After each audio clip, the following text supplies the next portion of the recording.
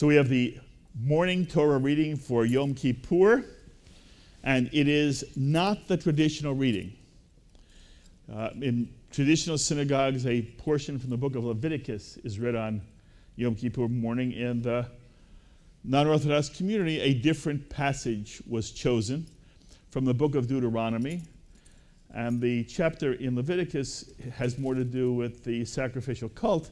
The passage that has been chosen in non-Orthodox synagogues is this fabulous conceptual portion, one of the great sedras from the book of Deuteronomy, the closing book of the 5 books of Moses. And it has in it the notions which are supposed to carry us through the beginning of a new year and then the entire year.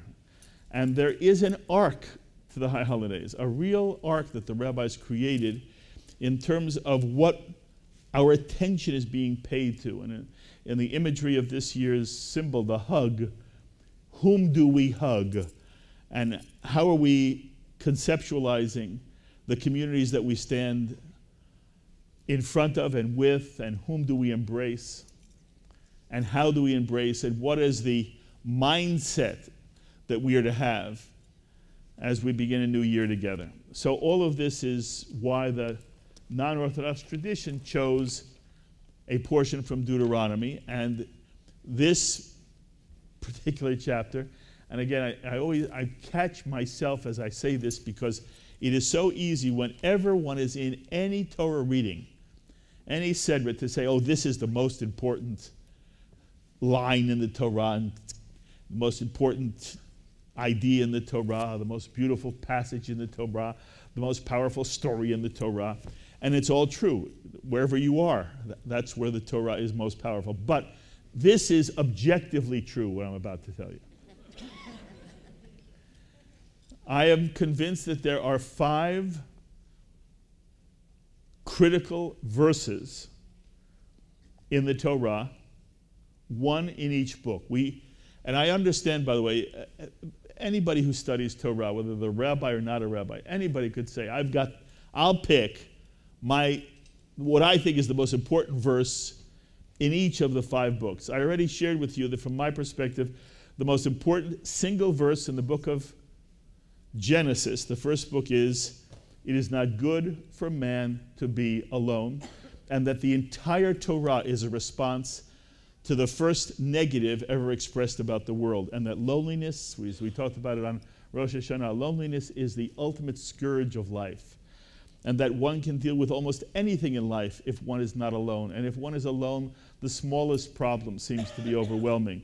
And so the whole idea of the hug this year was that we are to hug as hard and as often as we possibly can to vanquish the loneliness that others feel.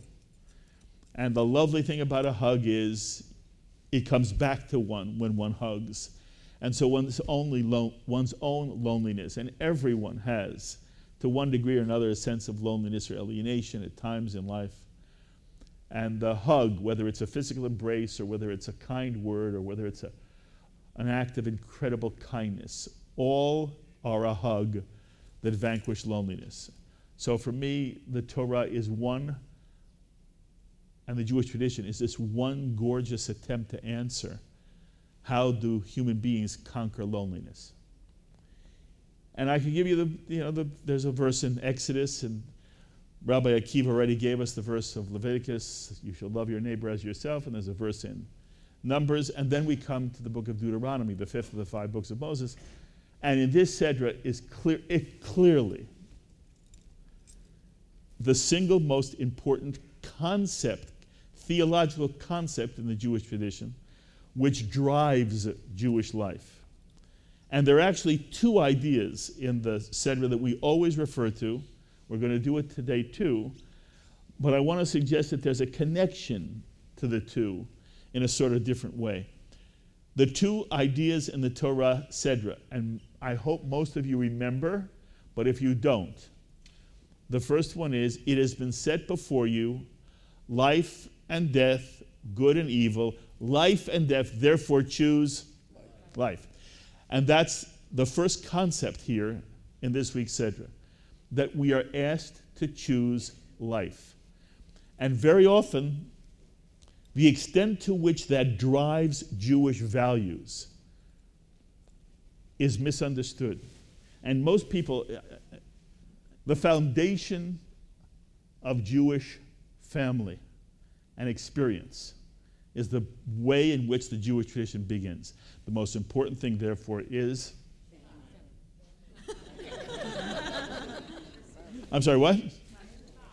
Shabbat, yeah, Shabbat. Normally you will hear Shabbat. Normally, Shabbat is the quintessential Jewish experience. And the Midrash says, one who observes the Shabbat is given credit for observing all the 613 commandments. And Shabbat basically shapes a Jewish life and a Jewish family's life. And out of Shabbat comes an entire symphony of Jewish values, because Shabbat celebrates the conceptually two most important ideas in the Torah: the idea of the creation of a good, wonderful world in which human beings struggle to conquer loneliness, and the idea that the Jewish people were born out of the Exodus, out of slavery, to basically argue to the world no human being may be enslaved. And as a community, we travel through time with that message. So that most of the time you'll hear people say the most important thing in Judaism is Shabbat. But I heard you say, and you are right, the real most important thing in Judaism is life. Some of you said it. It is life. Life is even more important than Shabbat. Life is, and how do we know? Because the question is asked, if Shabbat, you understand that Yom Kippur is called the Shabbat of Shabbats. Everything is described in connection with, in relationship to Shabbat. Shabbat is the quintessential. So how can one say that life then is even more important to the rabbis than Shabbat? And the answer is the following.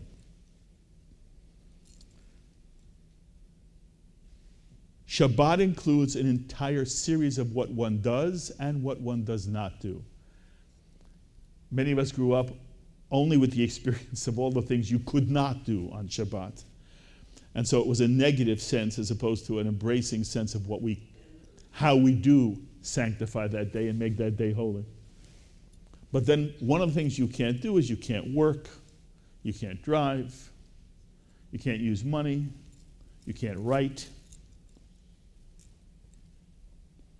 And those laws are very, very sacred in the Jewish tradition.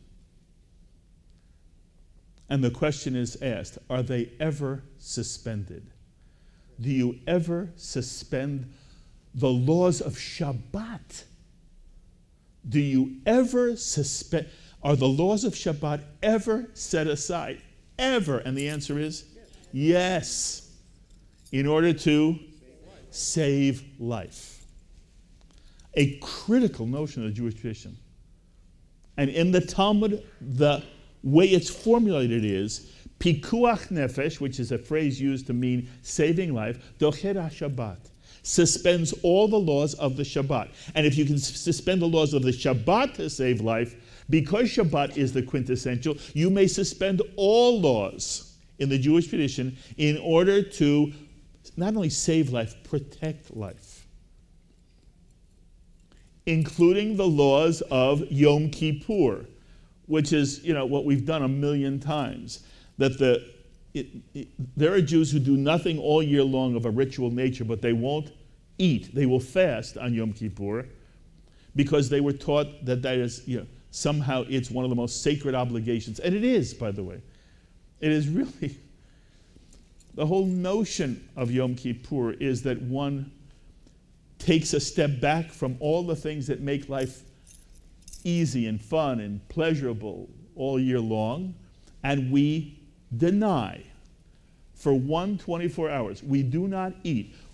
I don't know, incidentally, there may be people in this room who over time have had, at moments, real hard times, and maybe you've known real hunger. Most of us in this room, it's one thing to be hungry, even very hungry.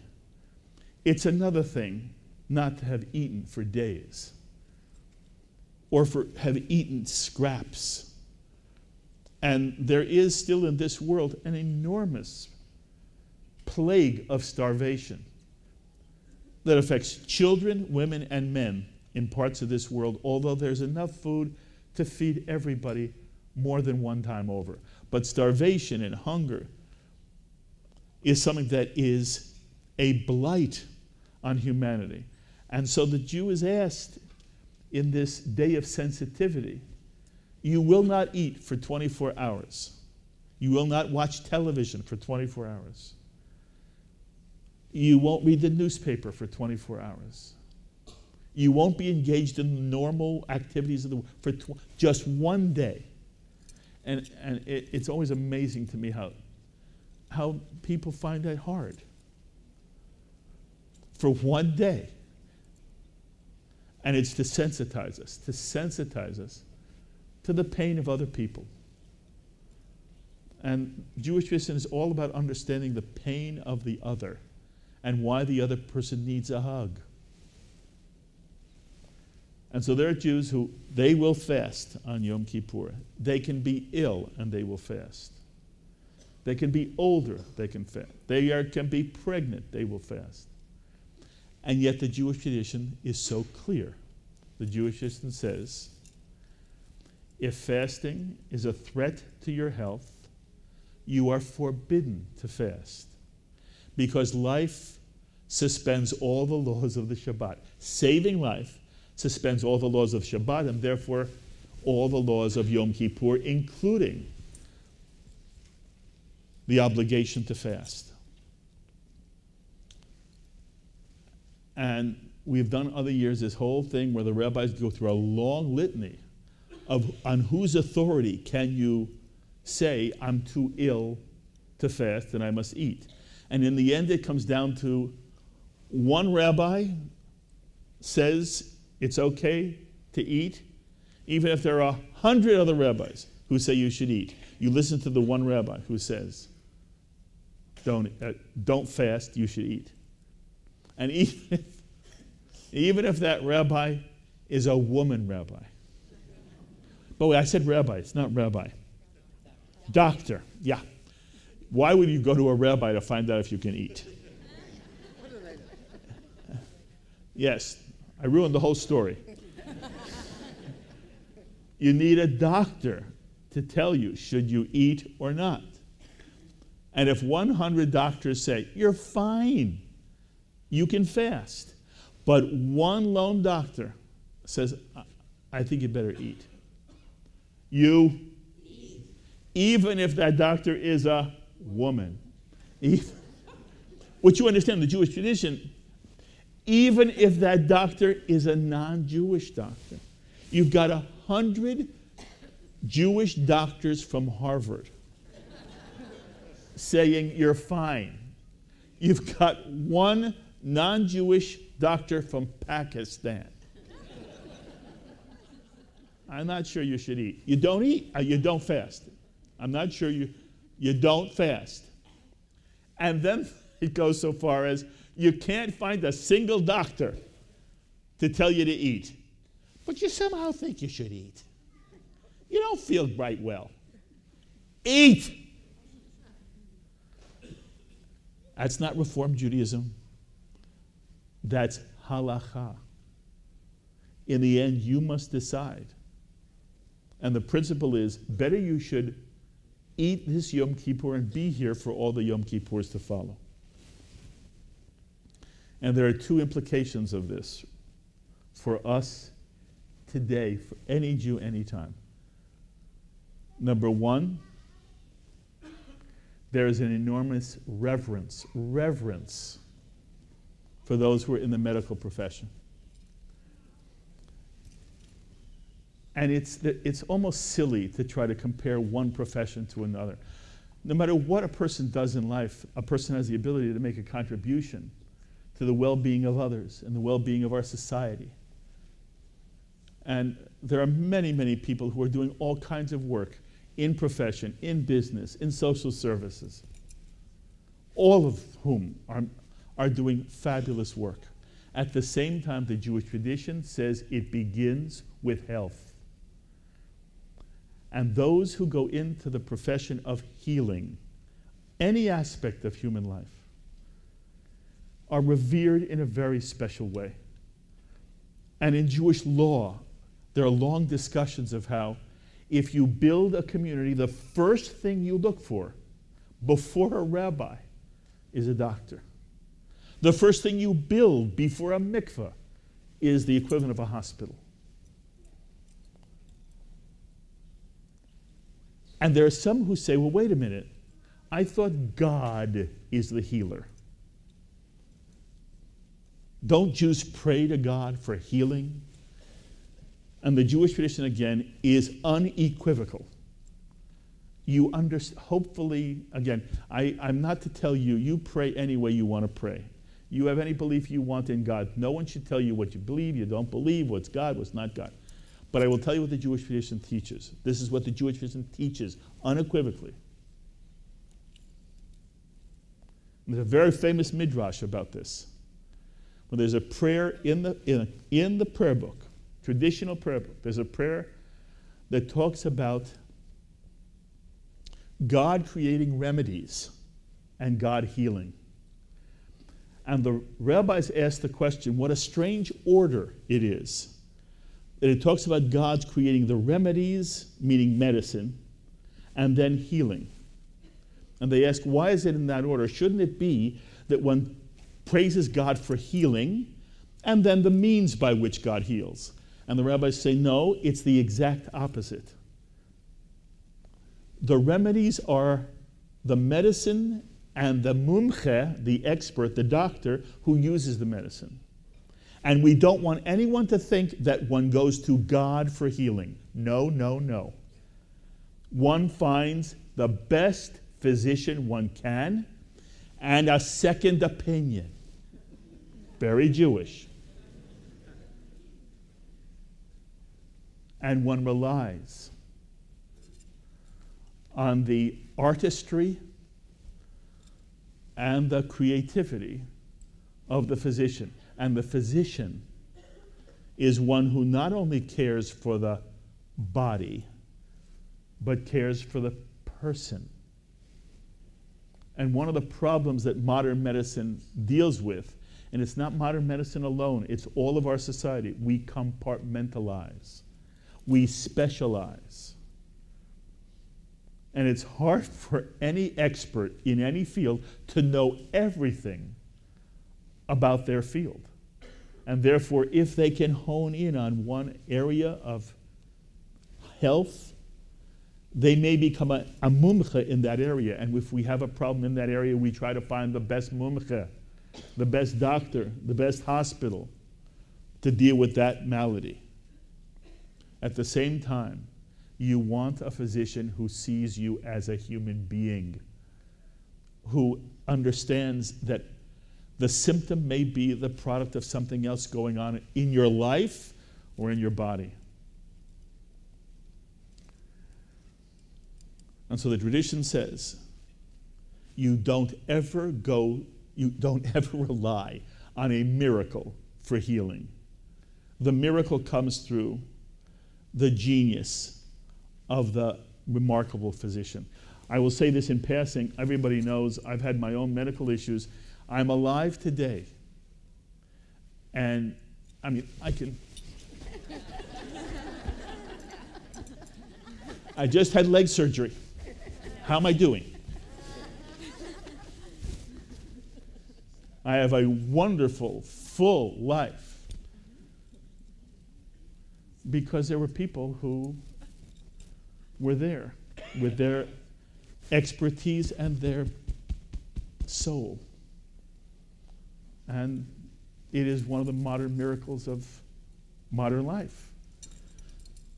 And the Jewish tradition says you begin with the doctor, not with the miracle. There's no miracle. The miracle is the genius that drives those in the medical profession. And if there's anybody in this room who helped me personally, you know how much I am both grateful and how you are amazing for what you do. And that's one of the therefores out of this Sedra. And the other is, understand that the first obligation a person has is to protect their life, and that a community has an obligation also to protect its communal life. And that is why in the Jewish tradition, one of the prime values, people talk about Jewish values, one of the prime values is self-defense. If there is a rodef, a pursuer, trying to pursue you, whether you're an individual or whether you're a community, you have an obligation, not a right, you have an obligation to protect yourself. And that's one of the themes that we celebrate in this Torah. And there's a second theme that is a corollary.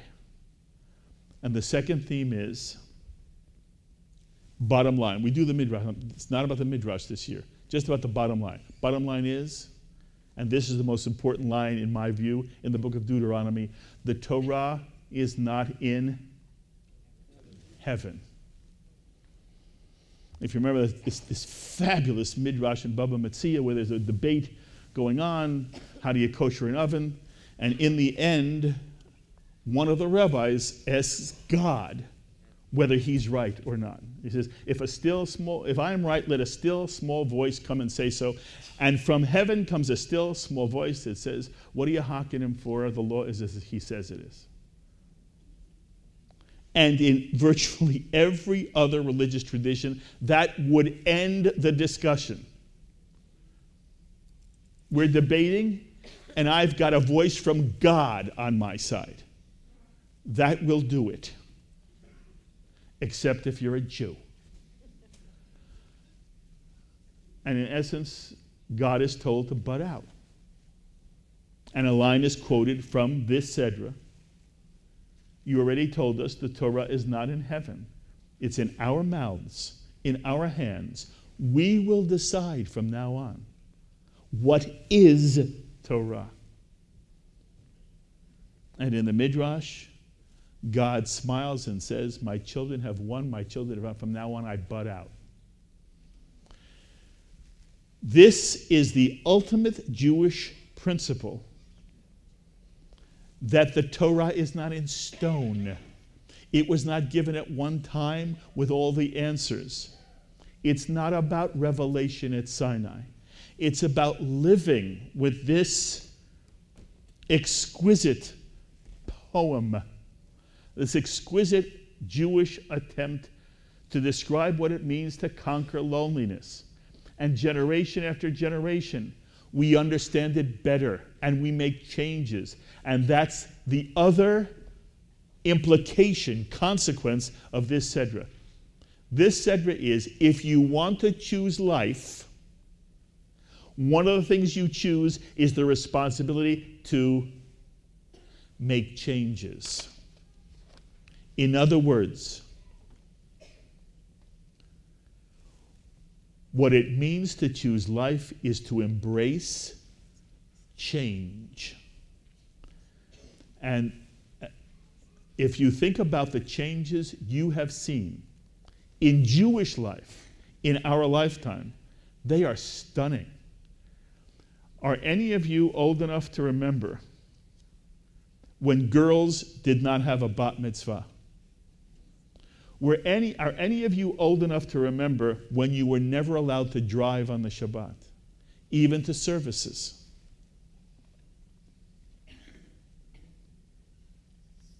Do any of you remember when it was unthinkable that there would be a woman rabbi, a woman cantor? You know, by the way, now at HUC there are more women students than men students. It's almost impossible to go into a modern congregation and the cantor is not a woman. Do you remember when an accordion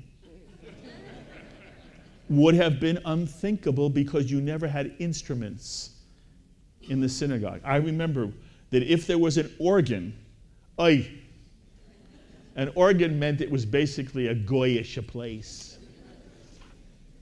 Reform of the reform. Now you go into traditional synagogues, there's a virtual mini orchestra there.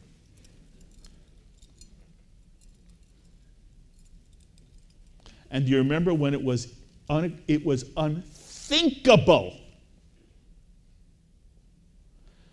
to admit to rabbinical school someone who was openly gay? It was unthinkable. And now it's not. And it once was unthinkable for a rabbi to stand at a chuppah with two men or women, two bride and groom of the same sex. It was unthinkable. All that has changed. And there is a dynamic to life, not just Jewish life, to life. And when we are told the Torah is not in heaven, it means every generation continues to evolve. And change is part of what makes life life. And but many of us do not like change. I do not like change. I want every single thing to stay exactly the same. When I drive down High Ridge Road, I want to know every store before I get there. If there's a new store,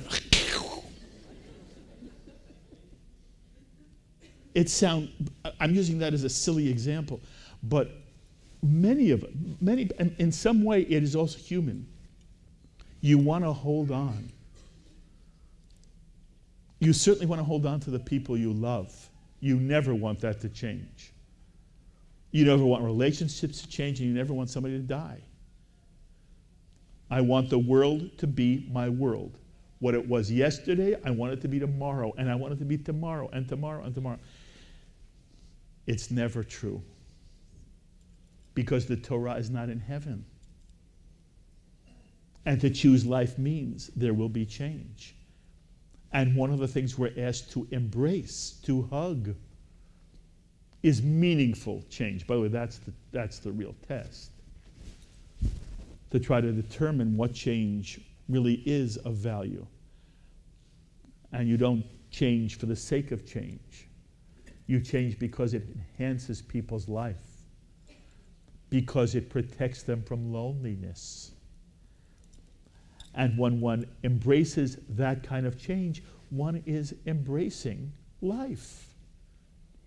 And so, interestingly enough, this notion, this fabulous Jewish notion that the Torah is not in heaven, and we, the community, by the way, the community, not individuals, but the community defines what Jewish life is.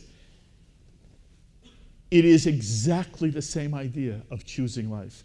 And it all comes back to the hug.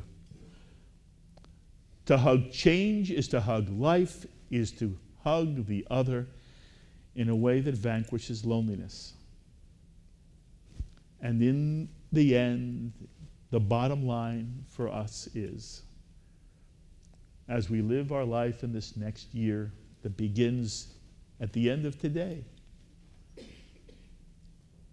will we have the strength to make all the choices necessary, to choose life and to find every opportunity we can to hug as profoundly as we can people we love and people who need a hug, that this will be a year with less loneliness everywhere.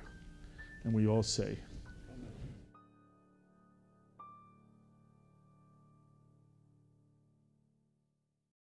we would be pleased to send a complimentary DVD of this program to anyone who wishes to support JBS, the Jewish Broadcasting Service, with a tax-deductible gift of $36, double chai or more, to the nonprofit organization Jewish Education in Media. Simply visit the JBS homepage and click on the Donate button to make a donation by PayPal or your credit card. And please indicate the program for which you would like a DVD. Or you can send your tax-deductible check made out to Jem, to Jim, Post Office Box 180, Riverdale Station, Bronx, New York 10471. And again, please remember to indicate which program you would like to receive with our compliments. And we thank you for your kind support.